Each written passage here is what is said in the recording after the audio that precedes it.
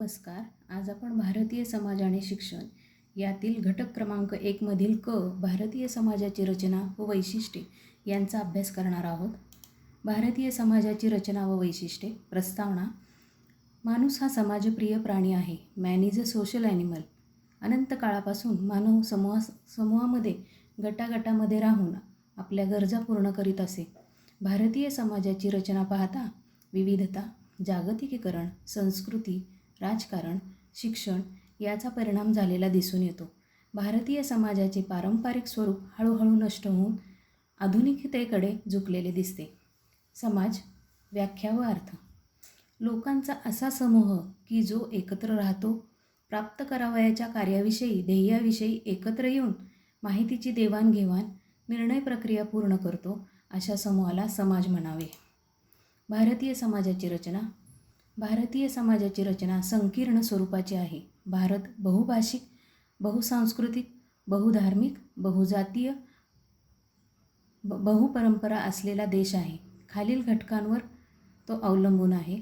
भारतीय समाजावर परकीयांचे आक्रमण झालेले दिसून येते. भारत हा विविधतेने नटलेला देश आहे. त्याचे प्रदेशनिहाय, प्रांतनिहाय, धर्मनिहाय, राज्यनिहाय, जातीनिहाय समूह आहेत. विविध धर्म, पंथ, वंशाचे लोक भारतात राहिले.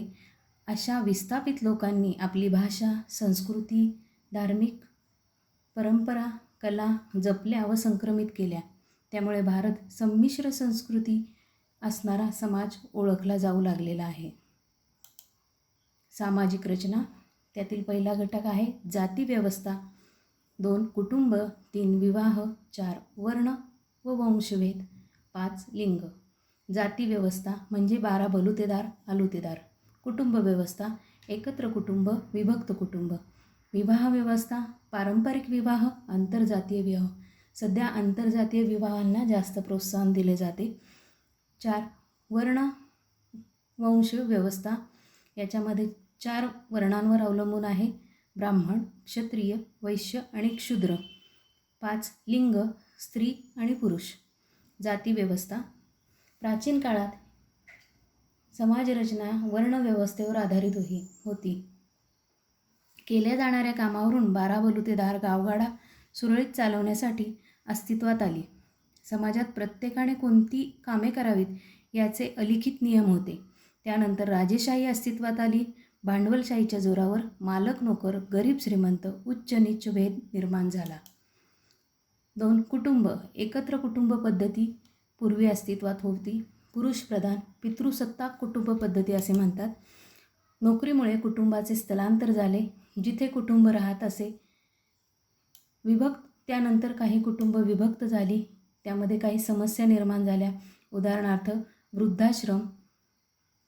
3 भौगोलिक रचना. भारत देशाची भौगोलिक सीमा विस्तीर्ण आहे. उत्तरेकडे हिमालय, त्याचबरोबर भारताचं पर्जन्य, भूपृष्ठ, नद्या, जैविक विविधता यामुळे जीवनशैलीत विविधता आढळते. भौगोलिक रचनेमुळे धार्मिक स्थळे विकसित झालेली दिसतात. त्यामुळे काही ठिकाणी धार्मिक गट निर्माण झालेले दिसून येतात. याचं रूपांतर वंशभेद त्याचबरोबर दंगलीमध्ये होताना दिसून येतं. 4 भाषिक रचना. परकीयांच्या आक्रमणानंतर भाषिक विविधता दिसून येते. विविध भागातील साहित्यातून प्रतिबिंबित होणारी जीवनमूल्ये, तत्त्वे, आदर्श, ग्रंथ दिसून येतात. इंग्रजी राजवट असताना इंग्रजी भाषा प्रसिद्ध झाली. स्वातंत्र्यानंतर हिंदी ही राष्ट्रभाषा प्रसिद्ध झाली. 5 धार्मिक रचना. धार्मिक वृत्तीचा देश म्हणून भारत ओळखला जातो. सर्व धर्म समभाव. काही ठिकाणी एकच कट्टर धर्म स्वीकारल्यामुळे आणि समर्थनामुळे अनेक ठिकाणी दंगली उसळताना दिसून येतात. उदाहरणार्थ हिंदू मुस्लिम दंगे. तरीही भारत हा धर्मनिरपेक्ष राष्ट्र आहे. 6 सांस्कृतिक रचना. समूहात राहत असताना विचार, भावना, राहणीमान, आहार विहार, वर्तनाचे निकष, संकेत संस्कृतीने निश्चित केलेले आहेत. सण उत्सव परंपरा यामध्ये विविधता आलेली आहे. भारतीय संस्कृती हळूहळू लोप पावत चाललेली आहे. 7 आर्थिक रचना. शेती हा अर्थव्यवस्थेचा कणा आहे. बलुतेदार, अलुतेदार पूर्वी अस्तित्वात होते. जागतिक औद्योगिकरणामुळे खाजगीकरण, औद्योगिकरण, कंपन्या, कारखाने यामुळे स्पर्धा सुरू झाली. मालक मजूर गट पडले. गरीब श्रीमंत असे वर्ण निर्माण झाले. शेती व्यवसाय अडचणीत पडले. बेरोजगारी वाढली. भारतीय समाजाची वैशिष्ट्ये. 1. गर्भश्रीमंत संस्कृती म्हणून भारताला ओळखलं जातं. लोकांकडून वापरल्या जाणाऱ्या भाषा, साहित्य, संगीत, नृत्य, कला, राहणीमान, जीवनाचा दर्जा, रूढी परंपराबाबत भारत संस्कृतीचे दर्शन हे जगाला गर्भश्रीमंत देश म्हणून दिसून येत आहे. 2. सामाजिक स्तरीकरण. या तिन्ही घटकांना अनुसरून भारतामध्ये सामाजिक स्तरीकरण आढळते. 1. जीवशास्त्रीय घटक. 2. आर्थिक घटक. 3. वैयक्तिक घटक. जीवशास्त्रीय घटकामध्ये वय, लिंग आणि वंश याचा अभ्यास केला जातो. आर्थिक घटकामध्ये संपत्ती, सत्ता, व्यवसाय याचा अभ्यास केला जातो. तर वैयक्तिक घटकामध्ये व्यक्तीचे व्यक्तिमत्व व बुद्धिमत्तेचा अभ्यास केला जातो. 3. कुटुंब पद्धती. अनन्यसाधारण महत्त्व कुटुंब पद्धतीला भारतामध्ये आहे. सामाजिक स्तरीकरण घडवून आणणारी ही कुटुंब पद्धती ही संस्था आहे.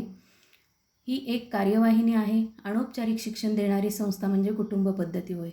व्याख्या. मॅक आयवर व पेज यांनी व्याख्या केलेली आहे. प्रजोत्पादन व प्रजासंगोपन करण्याच्या हेतूने जोडलेल्या संबंधावर आधारित अशा आटोपशीर परंतु टिकाऊ समूहाला कुटुंब असे म्हणतात. कुटुंबाचे कार्य प्रेम, संरक्षण, करमणूक, सामाजिक व्यवहार, संरक्षण, शिक्षण, सामाजिक दर्जा, व्यवहार.